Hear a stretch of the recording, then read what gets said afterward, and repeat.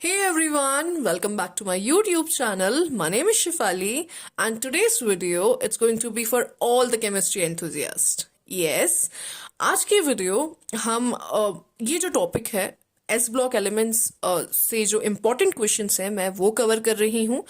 तो सारे क्वेश्चंस एक ही वीडियो में तो मैं नहीं कवर करूंगी, तो वीडियो इन पार्ट्स आएगी पूरे क्वेश्चंस के लिए। सो आज के टाइम पे मैं कुछ 5 या फिर कुछ लिमिटेड क्वेश्चंस ही हम डिस्कस करेंगे, पर ट्रस्ट मी ये जो क्वेश्चंस हैं ये बहुत इंपॉर्टेंट है। You can not afford to miss on it. So yes, before we start, also like, share and subscribe my channel if you haven't done it yet, and also watch the video till the end. Okay, so शुरू करते हैं। some important questions जो give reasons रहेंगे आपके। Question number 1 है why lithium halide is covalent in nature। ठीक है, तो पहला क्वेश्चन है कि why is lithium halide covalent in nature। सी जो जनरली जो आपके जो लिथियम है वो एल्कली मेटल है, और जनरली जो एल्कली मेटल्स होते हैं वो आयोनिक सॉल्ट्स दिखाते हैं। ठीक है ना, उनके जो हैलाइड्स होते हैं वो आयोनिक होते हैं। लेकिन ये आपसे पूछ रहे हैं कि लिथियम का जो सॉल्ट होगा, जो लिथियम हैलाइड होगा, वो कोवलेंट होगा नेचर में, ऐसा क्यों है। So let's discuss. देखो क्या होता है, लिथियम जो है उसका साइज छोटा होता है। ठीक है, लिथियम पॉजिटिव का जो साइज है वो बहुत स्मॉल होता है। और मान लो वो किसी एनायन के साथ है, जो यहाँ पे उसका हैलाइड है, मान लो वो आयोडीन है। ठीक है, सो आयोडीन क्या करता है, तो लिथियम क्या करता है, लिथियम आयोडीन के जो इलेक्ट्रॉन्स होते हैं इसको अपनी ओर को अट्रैक्ट करता है, अट्रैक्शन होता है यहाँ पे। और इसकी वजह से जो लिथियम का शेप है, सॉरी आयोडीन का जो शेप है वो थोड़ा सा डिस्टॉर्टेड हो जाता है। ठीक है, आयोडीन का शेप थोड़ा सा डिस्टॉर्टेड इस तरीके का हो जाता है, जिसकी वजह से यहाँ पे पोलराइजिंग पावर, जो इसकी पोलराइजिंग पावर है, पोलराइजिंग पावर वो बहुत ज्यादा होती है। ठीक है, लिथियम की पोलराइजिंग पावर बहुत ज्यादा होती है, इसलिए ये क्या करता है, इसे बहुत अच्छी तरीके से अपनी ओर को अट्रैक्ट करता है और इसके शेप को डिस्टॉर्टेड कर देता है। ये जो डिस्टॉर्शन है ऑफ शेप का, ठीक है ना, इसको क्या बोलते हैं, इसको पोलराइजेशन कहते हैं, पोलराइजेशन। अब होता क्या है, जितना ज्यादा पोलराइजेशन होता है उतना ही ज्यादा कोवलेंट कैरेक्टर आता है। मतलब ये है कि बॉन्ड उतना ज्यादा कोवलेंट रहेगा। जितना ज्यादा पोलराइजेशन होगा उतना ही ज्यादा बॉन्ड कोवलेंट रहेगा। पोलराइजेशन होने के 3-4 पॉइंट्स होते हैं कि क्या क्या चीजें होती हैं जो पोलराइजेशन को इंक्रीज करती है, जिसकी वजह से पोलराइजेशन आपको अच्छा मिलता है। उसमें से एक रीजन है साइज किसका, कैटायन का। अगर कैटायन का साइज स्मॉल है तो पोलराइजेशन बहुत अच्छा होता है। और देखो लिथियम सबसे पहला एलिमेंट है अपने ग्रुप का, तो यही रीजन है कि इसका स्मॉल साइज बहुत रहता है, लिथियम का साइज बहुत स्मॉल रहता है। ठीक है, तो उसमें पोलराइजेशन बहुत अच्छा चलता है, पोलराइजेशन बहुत अच्छा होता है, और अच्छा पोलराइजेशन होने की वजह से ये कोवलेंट होता है नेचर में। ठीक है, पोलराइजेशन पे मैंने वीडियो बनाया है, आप जरूर जाइए मेरी प्लेलिस्ट देखिए, क्लास 11th वाली, उसमें आपको पोलराइजेशन जरूर मिलेगा फेजांस रूल के अंदर। ठीक है, बहुत इंपॉर्टेंट टॉपिक है, मिस मत करिएगा।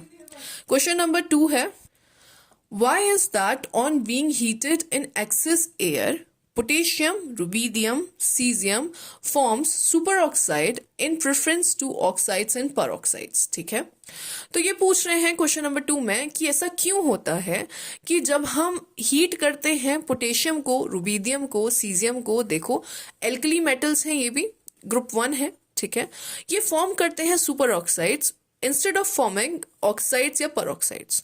तो पहले तो हम ये देखते हैं कि किस तरीके से इनके ऑक्साइड्स बनते हैं ग्रुप 1 के।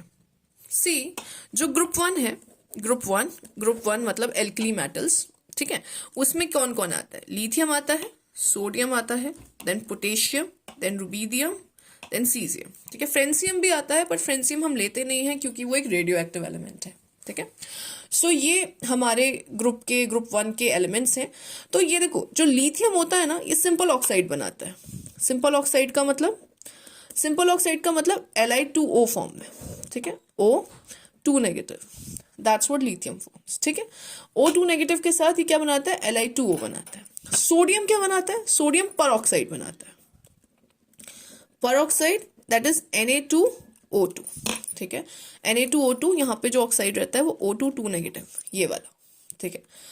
पोटेशियम, रुबीडियम, सीजियम, ये तीनों, पोटेशियम, रुबीडियम, सीजियम, ये सुपर ऑक्साइड्स बनाते हैं। सुपर ऑक्साइड्स किस फॉर्म में? KO2 फॉर्म में। यहाँ पे जो ऑक्साइड रहता है वो O2 नेगेटिव रहता है आपका, ठीक है। तो देखो ऐसा होता है क्योंकि इन दोनों के साइज छोटे हैं, ठीक है, साइज छोटे होने की वजह से ये स्मॉल एनायन के साथ ही मर्ज हो पाते हैं।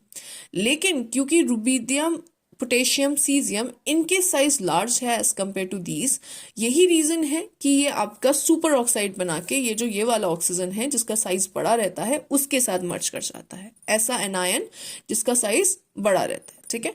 सो और ये क्या करते हैं यहाँ पे, इसमें फ्री इलेक्ट्रॉन्स रहते हैं, इसमें एक फ्री इलेक्ट्रॉन होता है, ठीक है, ऐसे इस तरीके का इसका वो रहता है, इस तरीके का कुछ negative.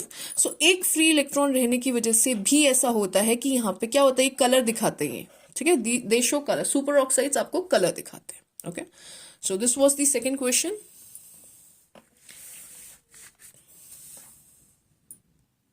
Let's move to the third question. Lithium chloride is soluble in organic solvent, explain. आपको ये एक्सप्लेन करना है कि लिथियम क्लोराइड क्यों सॉल्युबल होगा ऑर्गेनिक सॉल्वेंट पे।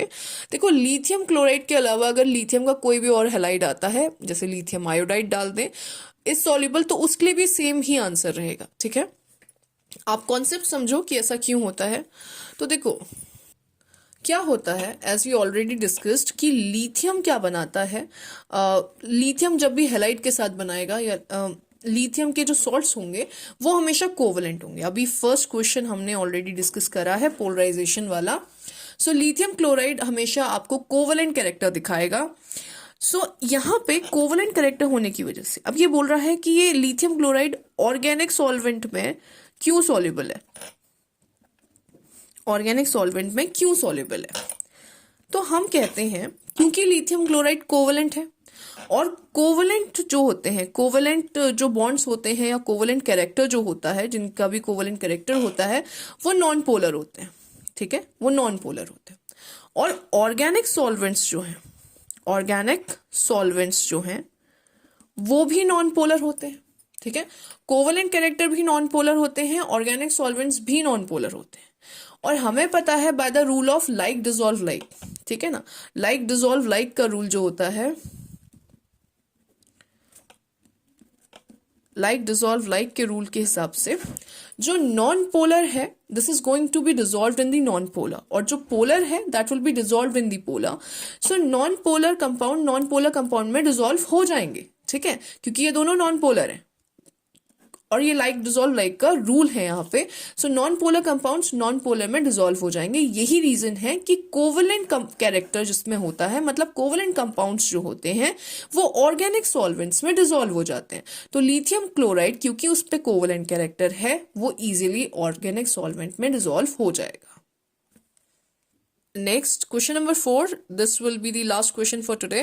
नेक्स्ट वीडियो पे हम बाकी क्वेश्चंस डिस्कस करेंगे। So question number 4 is why Na2SO4 is soluble in water and BaSO4 is insoluble in water. देखो अभी सॉल्युबिलिटी की बात करी है हमने, यहाँ पे क्या होता है, यहाँ का थोड़ा सा जो क्राइटेरिया है वो डिफरेंट है।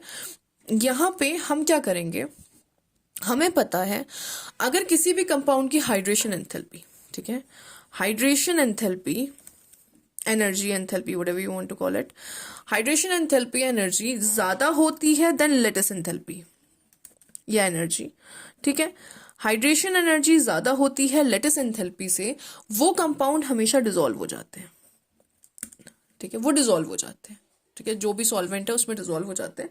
लेकिन अगर लेटिस एंथैल्पी और एनर्जी ज्यादा होती है हाइड्रेशन से, हाइड्रेशन एंथैल्पी से, तो वो कंपाउंड्स डिसॉल्व नहीं हो पाते, दे डू नॉट डिसॉल्व, ठीक। तो यहाँ पे क्या है, why Na2SO4 is soluble in water. पानी में Na2SO4 क्यों सॉल्युबल होता है, क्योंकि Na2SO4 की हाइड्रेशन एनर्जी ज्यादा होती है as compare to lattice enthalpy Na2SO4 की, ठीक है, इसीलिए वो पानी में सॉल्युबल हो जाता है। BaSO4 के साथ ये है कि BaSO4 की लेटिस एंथैल्पी ज्यादा होती है उसकी हाइड्रेशन एनर्जी से, यही रीजन है कि वो डिसॉल्व नहीं हो पाता और इनसॉल्युबल रहता है पानी में। ये देखो लिखा भी है यहाँ पे ये reason, the lattice enthalpy of Na2SO4 is less than the hydration energy whereas the lattice energy of BaSO4 is very high, so that the hydration energy is not sufficient to break the lattice and it remains insoluble. Okay, thank you. I hope the video was helpful to you, and if it was, please do like, share and subscribe.